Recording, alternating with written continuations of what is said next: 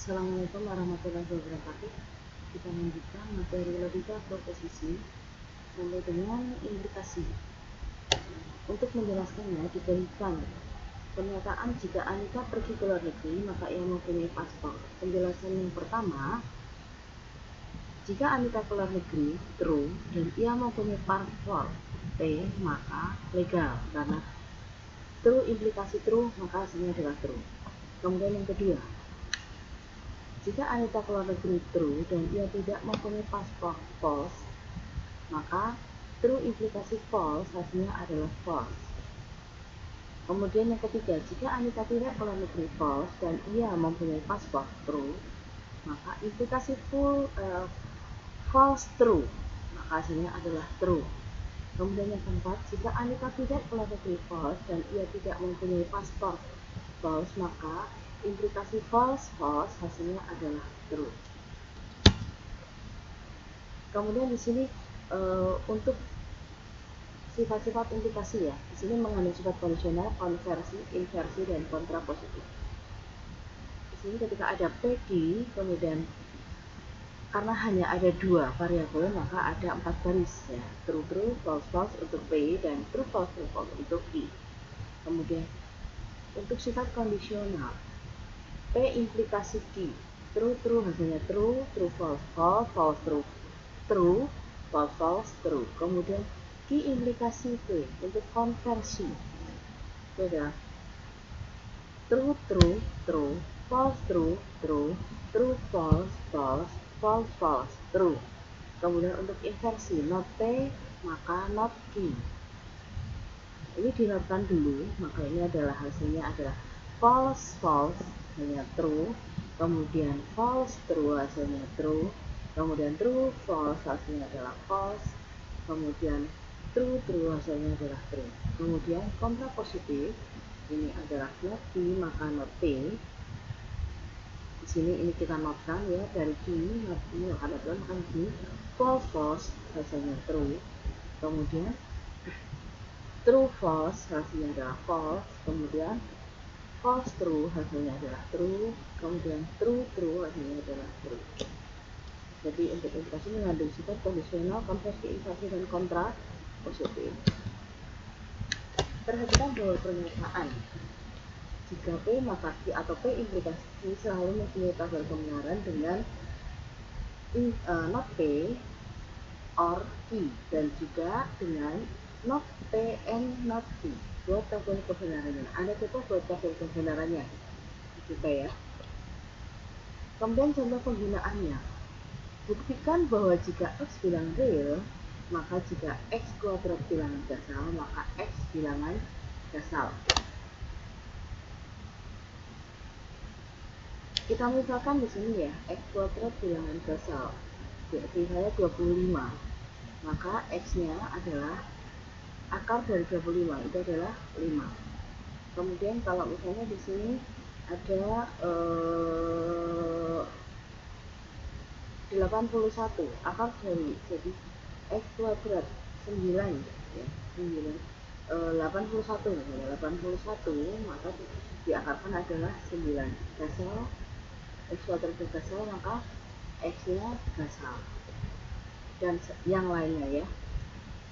Bukti andaikan X benar maka X sama dengan 2N, di mana N sebarang bilangan real. X kuadrat sama dengan 2 kali N dikuadratkan sama dengan 4 kali N, 4 kali N kuadrat, jadi 4 kali N kuadrat sama dengan 2 kali 2 kali 2 N kuadrat, jadi N dikuadratkan kalikan 2 kemudian dikalikan 2 lagi, dan juga bilangan genap sehingga didapat dengan kontrapositif terbukti. Ya ini nanti Anda buktikan, masukkan saja angka ya dicoba, atau nanti saya bikin penjelasannya ya, nanti saya bikin penjelasannya yang ini juga yang ini dan yang bawah ya, nanti saya susulkan.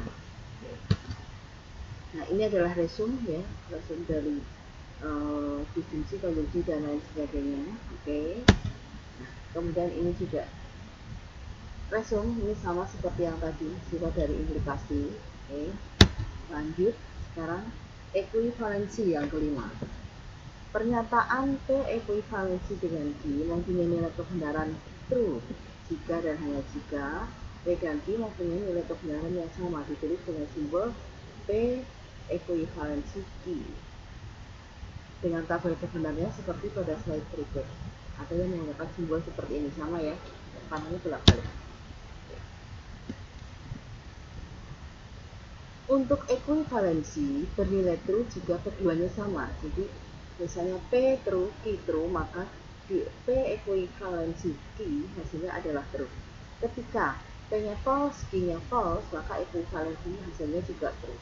Tapi ketika berbeda hasilnya adalah false. Itu syaratnya. Jadi bernilai true jika keduanya sama, true atau false.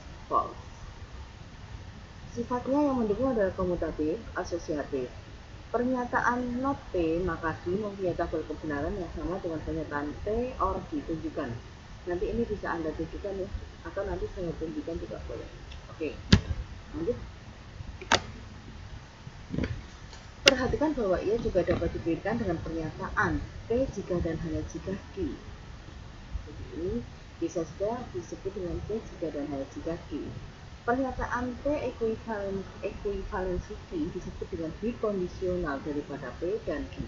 Sebab ia maksudnya selalu mempunyai tabel kebenaran sama dengan P ekuivalensi Q itu sama dengan P implikasi Q dan Q implikasi P, atau P implikasi Q dan Q implikasi P. Ditulis dengan P ekuivalensi Q itu sama dengan P implikasi Q dan P implikasi Q. Ini sudah ketetapan, jadi kalau misalnya Anda mau buktikan silahkan, kalau misalnya tidak Anda sudah percaya ya, itu saja ya. Tapi kalau mau dibuktikan silahkan, monggo.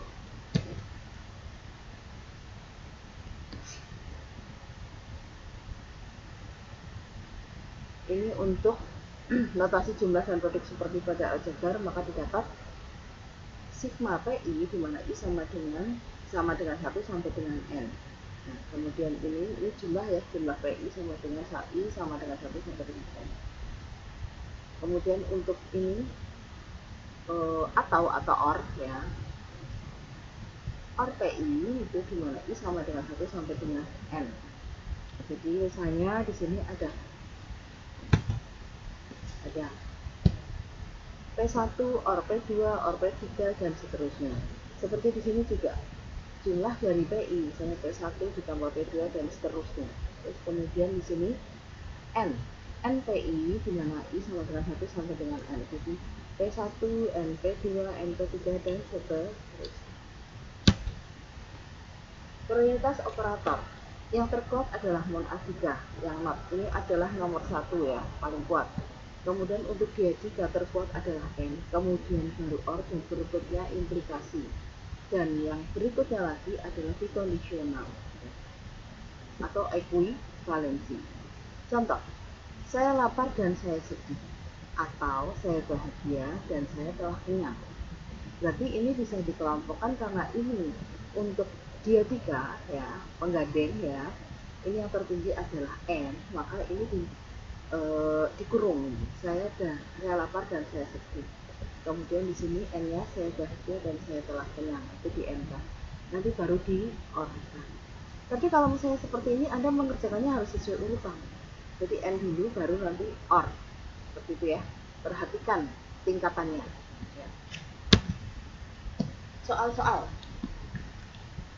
Maaf, ini untuk soal-soal saya tutup dulu. Kita lanjutkan ke video berikutnya, takutnya nanti terputus ya. Oke.